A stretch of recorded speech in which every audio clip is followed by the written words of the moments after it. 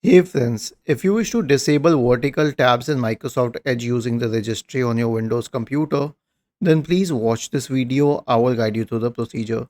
Search for Registry Editor in the Windows search bar and open the Registry Editor. Go to HKey Local Machine, Software, Policies and Microsoft.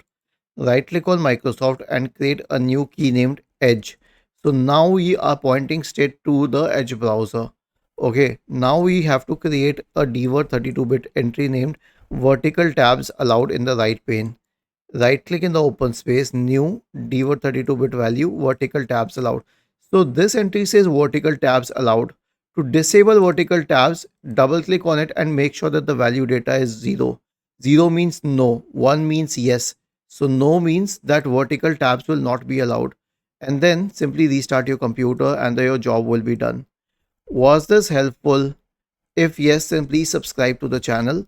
If not, then let us know in the comment section of the video on how we could help you further. Thank you for watching this video and have a nice day.